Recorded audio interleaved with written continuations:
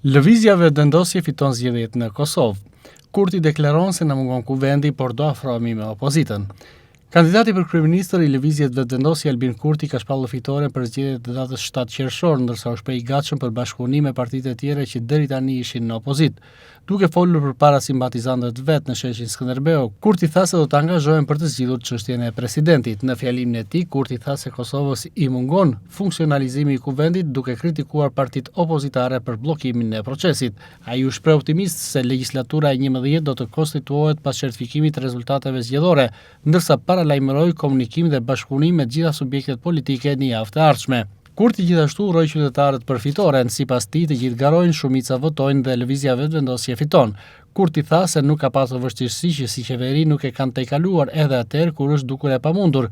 Kurti ka deklaruar si ka përbën konfirmim të një dekade qeverisje të lëvizjes Vetëvendosje, duke falendëruar mbështetësit për angazhimin e tyre.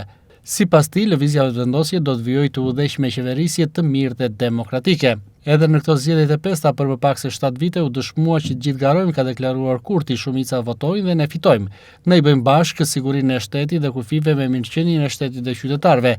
Nuk ka vështirësi që nuk e kemi tejkaluar dhe atëherë kur është dukur e pamundur, ne kemi realizuar, tha në fjalët e tij përpara mbështetësve Albin Kurti. Sipas Komisionit Qendror të Zgjedhjeve, deri më tashmë janë numëruar 99.40% e kutive të votimit.